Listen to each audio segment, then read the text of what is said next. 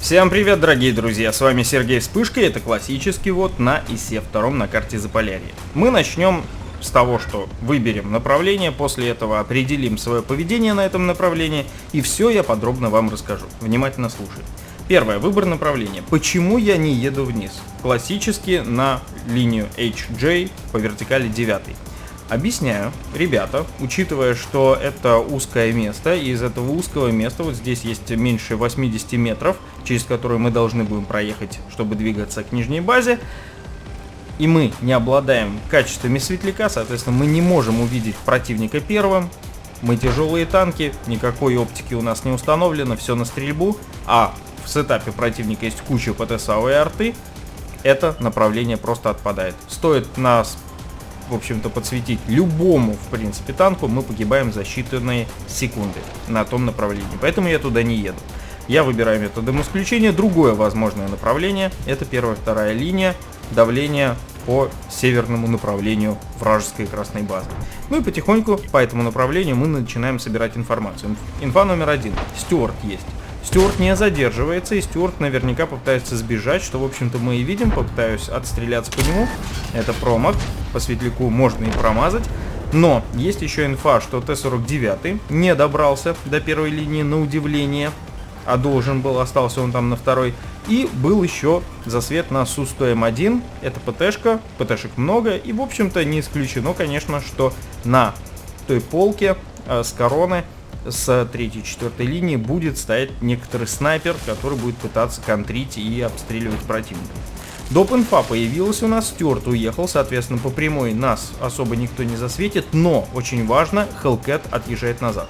Что я делаю прямо сейчас? Я аккуратно, сбрасывая газ, если вы обращаете внимание на спидометр, прокатываюсь вперед, и что я хочу увидеть? Я хочу увидеть лампу. Если лампа не светится, значит можно двигаться вперед.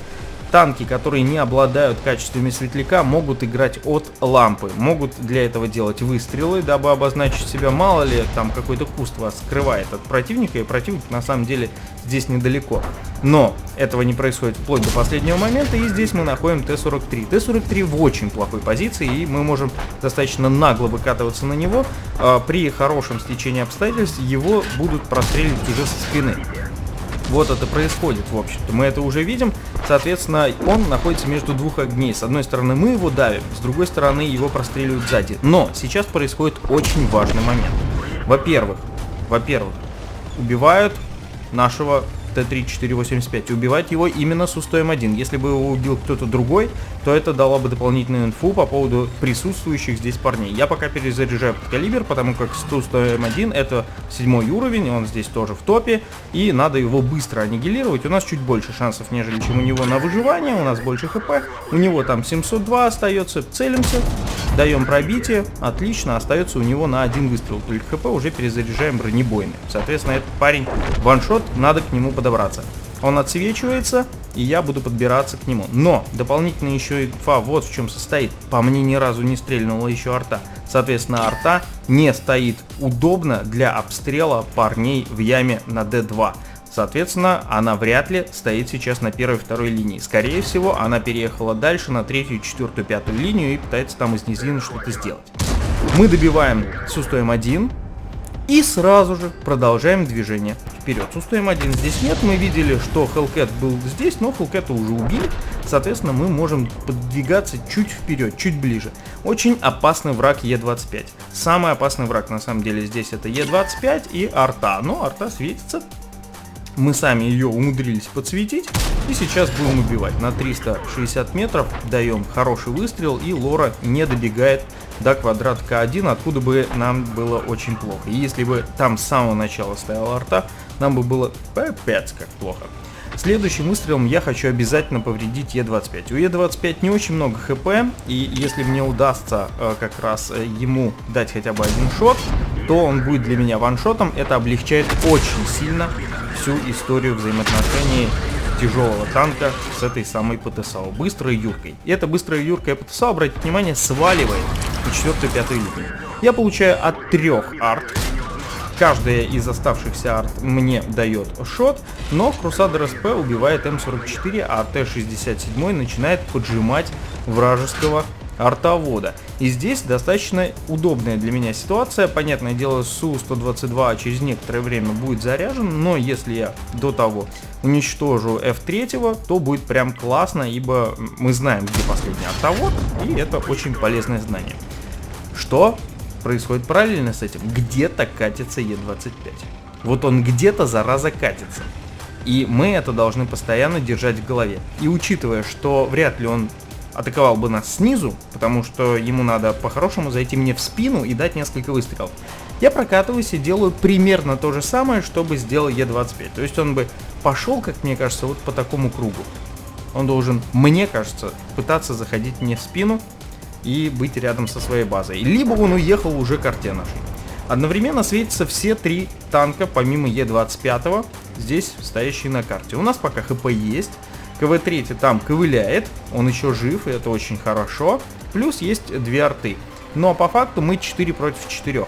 При желании Е-25 может расковырять нас всех, если мы его не будем видеть. Соответственно, ему надо выкалывать глаза. Его глаза — это другие его сокомандники. Это Ой, который ваншот, и это Штурм-Эмиль. Штурм-Эмиль при желании может нас очень сильно потрепать, поэтому здорово получается подловить его на развороте. Я даю ему выстрел и спешу затаранить его. Одновременно с этим заряжаю подкалибр, понимаю, что не пробил вдруг случайный по Ой, доставит мне небольшое удовольствие, и Ой отправляется в ангар. Ну что, сейчас ситуация следующая. Два слепых танка будут пытаться просветить Е-25 и не сдохнуть в этот самый момент. При этом два не самых точных танка. Я ловлю лампу. Опасность. Я думаю, откуда она? Где могла быть эта лампа? Предполагаю, что если я буду стоять сейчас за этими камнями и снаряды полетят справа, ну тогда все понятно, где стоит. Если снаряды не полетят, значит камни меня закрывают хорошо. Снаряды не летят. И сейчас я одновременно с этим пытаюсь прислушаться. К тому, откуда летят выстрелы и как едет КВ-3. Я вижу, что КВ-3 едет по открытой дороге. То, о чем я говорил, открытая местность. Какая-нибудь ПТшка, какая-нибудь маленькая глазастая ПТшка с трубами. И все. Ни один советский танк в этой дороге не пройдет. 807 хп у него остается. И давайте просто наблюдать. Его становится хп все меньше, он стреляет, и мы видим, куда он стреляет. Понимаем, где находится сейчас Е-25, а он тем временем, не светясь, уничтожает КВ-3. Если он также не светясь уничтожит меня, то убить арту не составит для нее никакого труда, но мы его удачно засвечиваем, он к нам кормой, пытается убежать, пытается уйти на второй круг, беру автоприцел и говорю: добро пожаловать в советский вертухан. Таким образом, мы делаем 7-й фраг. Мы получаем за этот бой мастера, воина, основного калибра и, в общем-то, удовлетворение от того, что нам удалось переиграть огромное количество ПТшек и арты на карте, где они могут задоминировать. Попробуйте проанализировать свой сетап и принять правильное решение по направлению атаки. Если вам не удастся провести эту атаку, тренируйтесь, не расстраивайтесь, понимайте, что далеко не все бои можно затащить, ибо много факторов есть у этих самых боев. Как вы видели, наша команда смогла удержать продвижение по 9-й нулевой линии, не сдалась, но потеряла большие силы на этом. При этом исключительно потому, что часть наших союзников уже блуждала по базе, назад оттянулись такие танки, как Штурм-Эмиль, как Ой, и в конечном итоге попали в нужное время, в нужном месте. Мы против них, и нам удалось их уничтожить. Ставьте лайк под этим видео, это ему поможет и каналу, это важно, и подписывайтесь на канал. Но это уже если вы хотите научиться играть в World of Tanks, а не просто кликать по кнопкам. За всем спасибо, до новых встреч, с вами был Сергей Вспышка.